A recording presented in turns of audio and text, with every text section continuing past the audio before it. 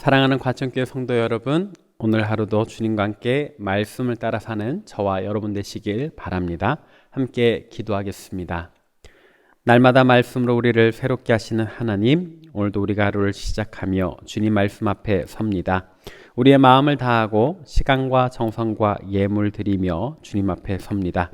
이 시간 우리에게 생명의 말씀 들려주시고 그 말씀 따라 살아갈 새 힘 더하여 주옵소서. 예수님 이름으로 기도합니다. 아멘. 하나님께서 오늘 우리에게 주시는 말씀은 구약 성경 여호수아 6장 1절에서 14절까지의 말씀입니다. 주님 감사합니다. 본문 중 여호수아 6장 1절에서 5절, 8절과 9절 말씀 봉독하겠습니다.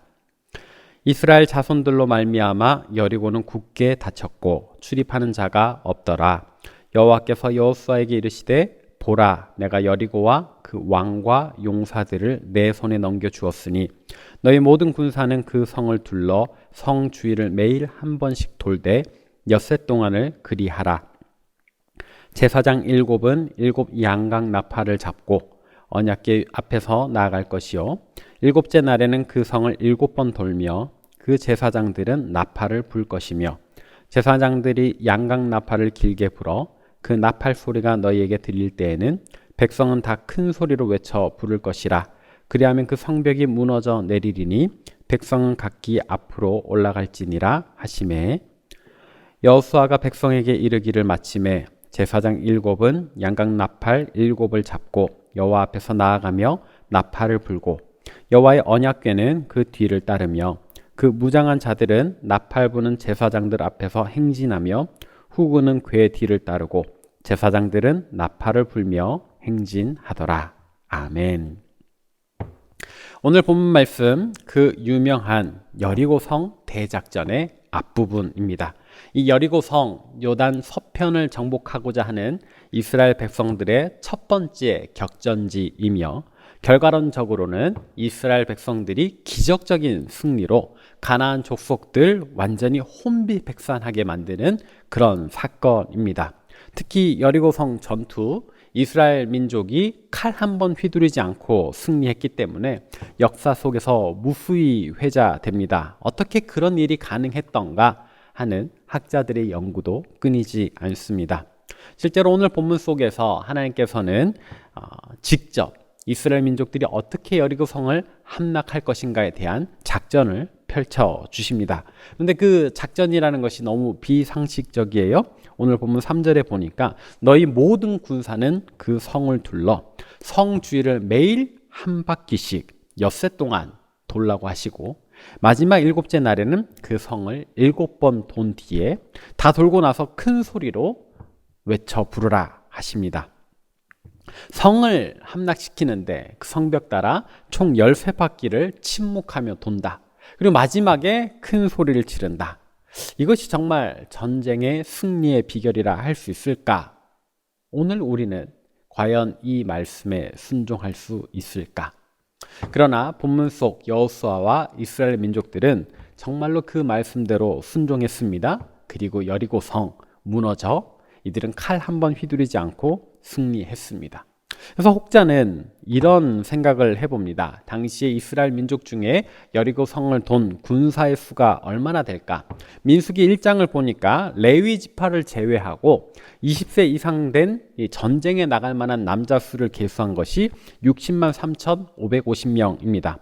물론 이 숫자는 아직 이스라엘이 본격적으로 광야 생활을 시작하기 전에 숫자이니까 40년 광야 시절 동안에 이들은 다 죽었을 겁니다. 오늘 본문에 나오는 이 여리고성 함락 작전에 동원된 수는 그래도 우리가 생각할 때 이 숫자가 회복된 뒤이지 않을까 생각을 해봐요. 그래서 결국에 60만 명 가까이가 이 성을 돌았다라고 생각을 해봅니다.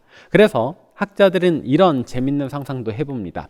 60만 명이나 되는 성인 남자가 매일 하루 한 바퀴씩 총 13바퀴를 도니까 이 성벽 주변에 지반이 약해진 것은 아닐까. 그래서 그 약해진 지반을 향해 성벽이 무너졌다라고 보는 사람도 있고요. 또는 이 외곽적으로 이토록 많은 사람들이 매일 한 바퀴씩 도니까 여리고 성 내부에 살던 이 가나안 족속들이 이 긴장감 도는 구경거리라서 다 성벽 위로 올라와서 봤다라는 겁니다. 60만 명이 도는 그 행렬을 따라 이들도 같이 움직이다 보니까 이 성벽이 감당할 수 있는 무게를 넘어선 인구가 이렇게 한쪽으로 쏠리니까 이 성벽이 무너졌다라고 보기도 한답니다. 혹은 마지막에 계속 침묵으로 돌다가 마지막에 이 60만 명이나 되는 사람들이 한꺼번에 소리를 지르니까 그 음성에서 나오는 이 주파수, 공명 주파수가 성벽의 주파수와 맞아서 이 성벽이 무너졌다. 그런 공진 현상 때문일 것이다 라고도 생각을 합니다. 어느 것이 정답인지는 모르겠습니다. 다만 어떤 이유에서든지 간에 하나님 말씀하신 그대로 여리고 성이 무너졌습니다.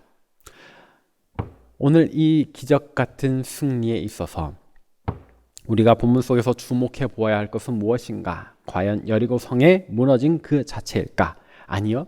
우리가 주목할 것은 이 말도 안 되는 전략을 순종하여 그대로 시행한 이스라엘 백성들입니다.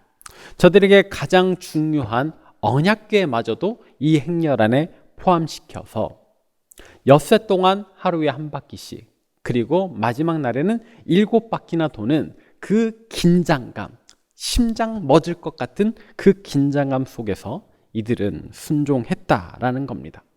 과연 우리에게 하나님께서 이와 같은 순종을 명령하셨을 때 우리는 어떻게 했을 것인가? 그냥 편안하게 산책하듯 나들이 하듯 이 성벽을 돌았을 것인가? 아닐 겁니다.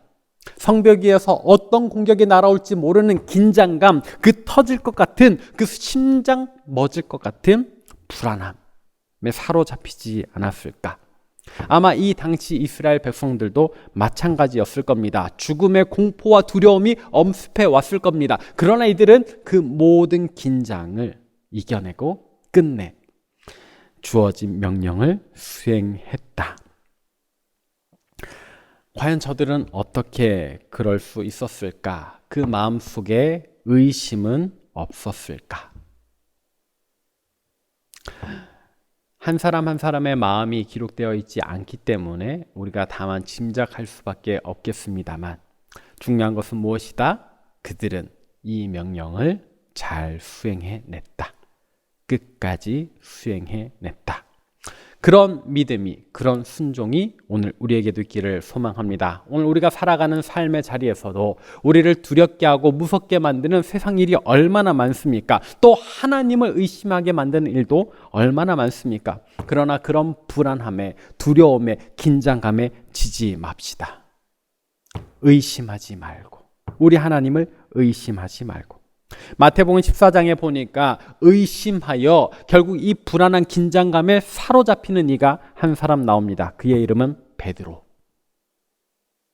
폭풍우 가운데 무리를 걸어오시는 예수님을 보고 풍랑에서 이리저리 기진맥진했던 제자들, 그 중에 베드로가 무리를 걸어오시는 주님을 보고 이렇게 이야기합니다. 만일 주님이시거든 나를 명하사 물 위로 걸어오라 하소서. 예수님께서 기쁘게 베드로에게 오라 하십니다. 그러자 베드로 그 말씀에 순종하여 진짜 배에서 내려 물 위를 걸어 예수님께 몇 발자국 걸어가지요. 그러나 이내 무섭게 이는 바람과 집채 같은 파도를 보고 두려워하는 순간 그가 물에 빠져들기 시작했습니다.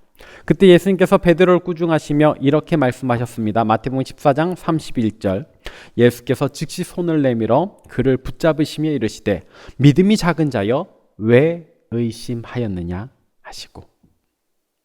우리는 그런 꾸중 듣지 않기를 소망합니다. 이 두려운 인생길 언제까지 어떻게 걸어야 할지 알 수 없지만 우리 하나님을 의심하지 말고, 우리의 감정의 소용돌이에 휩싸이지 말고, 오히려 하나님 굳게 신뢰함으로 마지막 날에 승리의 함성 외치는 그날을 기대함으로 나아갑시다. 그날이 멀지 않을 줄 믿습니다.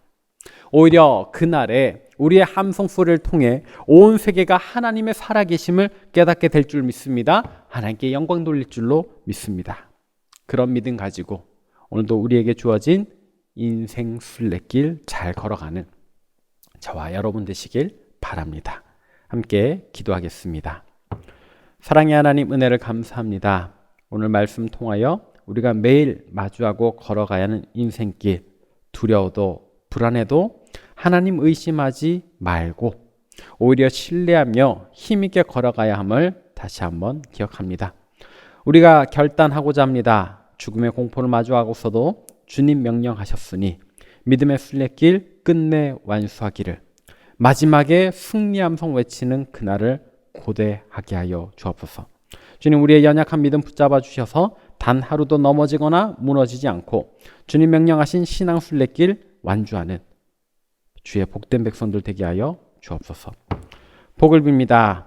이제는 우리 구주 예수 그리스도의 은혜와 하나님 아버지의 놀라우신 사랑과 성령님의 교통하심이 하나님 의지하는 마음으로 의심하지 말고, 오늘도 우리 마음속에 찾아오는 불안함, 두려움 지지 않고 온전히 하나님 신뢰함으로 믿음의 순례길 잘 걸어가기를 다짐하고 결단하는 우리 시내가늘숲 과천교회 모든 성도들 머리 위에 이제로부터 영원토록 함께하옵시기를 간절히 축원하옵나이다. 아멘.